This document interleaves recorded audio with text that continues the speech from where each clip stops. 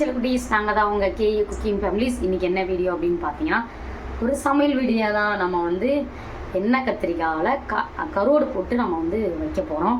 So எப்படி இருக்குன்ட்டு பார்த்து தெரிஞ்சுக்கோங்க. வாங்க வீடியோக்குள்ளே போகலாம்.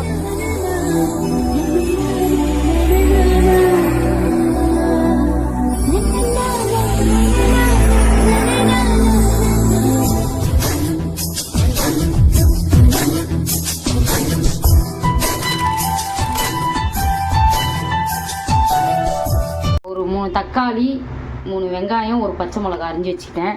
ஸோ இதில் பார்த்தீங்கன்னா கத்திரிக்காய், பூண்டு, கருவேப்பிலை இதெல்லாம் இருக்குது, கருவாடு எல்லாமே இருக்குது. ஸோ எண்ணெய் ஊற்றியாச்சு. இந்த பக்கம் சாதம் வெந்துக்கிட்டு இருக்கு. பார்ப்போமா? நம்ம வந்து கடுகு போட்டுக்கலாம். ஓகேவா?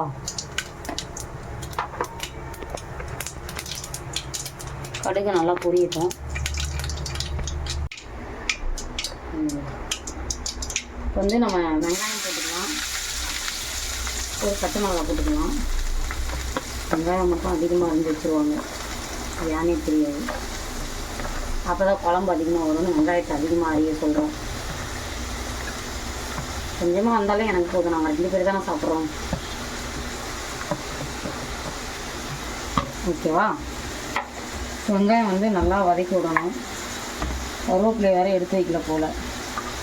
அந்தம்மா பூண்டு போட்டுடலாம் இதுலேயே.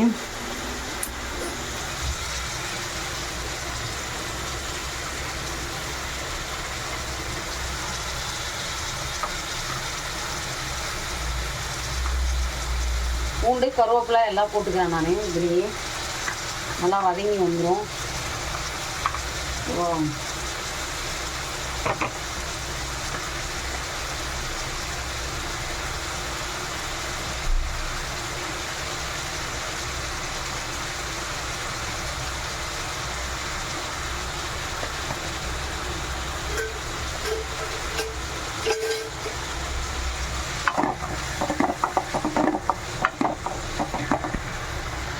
நல்லா வதங்கிட்டோம் காய்ஸ். அதுக்கப்புறம் நம்ம வந்து பார்ப்போம்.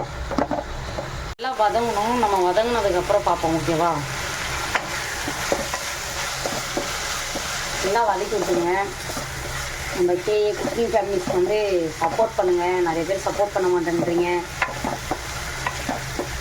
உங்களுக்காக தான் நான் வந்து சமையல் வீடியோ போடுறேன். பார்த்தீங்கன்னா நல்லா வெங்காயம் வதங்கணும்.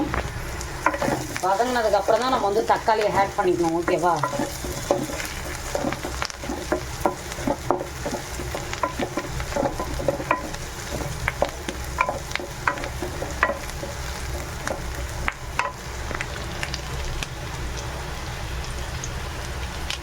ஸோ இப்போ பார்த்தீங்கன்னா நம்ம வந்து தக்காளி ஆட் பண்ணிக்கலாம்.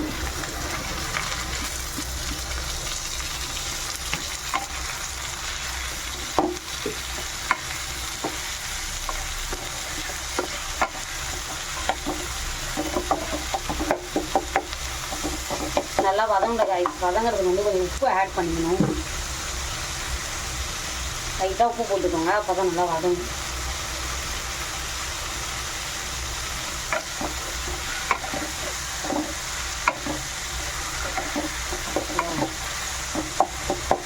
நல்லா வதங்கினதுக்கப்புறம் பார்ப்போம்.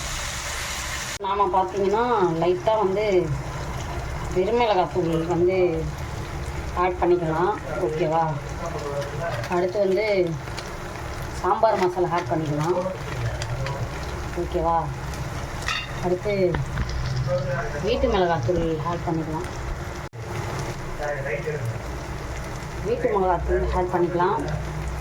ஓகேவா? அடுத்து பார்ப்போம். மசாலா போட்டு நம்ம ஆட் பண்ணிக்கிட்டோம்.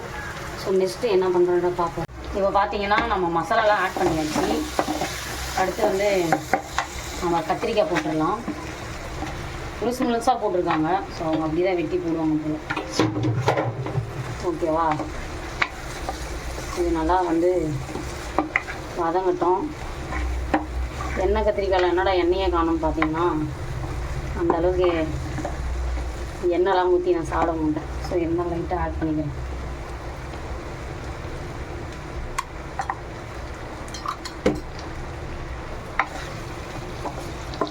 ஓகே, கொஞ்ச நேரம் வதங்கட்டும் பார்ப்போம். இப்போ பார்த்தீங்கன்னா நம்ம வந்து புளி தண்ணியை வந்து ஆட் பண்ணிக்கலாம். ஓகேவா? கத்திரிக்காய் நல்லா வதக்கி விட்டதுக்கப்புறம் புளி தண்ணி ஆட் பண்ணிக்கோங்க.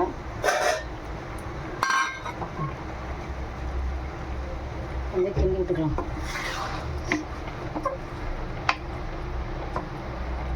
நல்லா கொதிக்கிட்டோம்னா தண்ணி ஆட் பண்ணலாம். எப்படி இருக்கு கத்திரிக்காய் தூக்கு?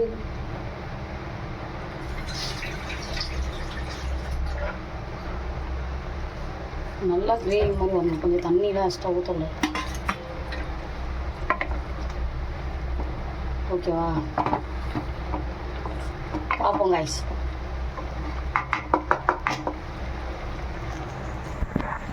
நல்லா கொதி வரட்டும், அதுக்கப்புறம் நம்ம பார்ப்போம். பார்த்தீங்கன்னா நல்லா கொதிக்குது. கத்திரிக்காய் போட்டு இதுதான் கத்திரிக்காய் காரக்குழம்பு. இப்போ வந்து நம்ம கருவோட ஆட் பண்ண போகிறோம். பார்ப்பீங்க.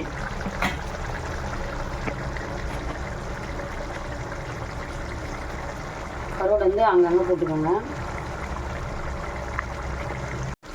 வந்து நம்ம கருவோட வந்து ஆட் பண்ணிக்கலாம்.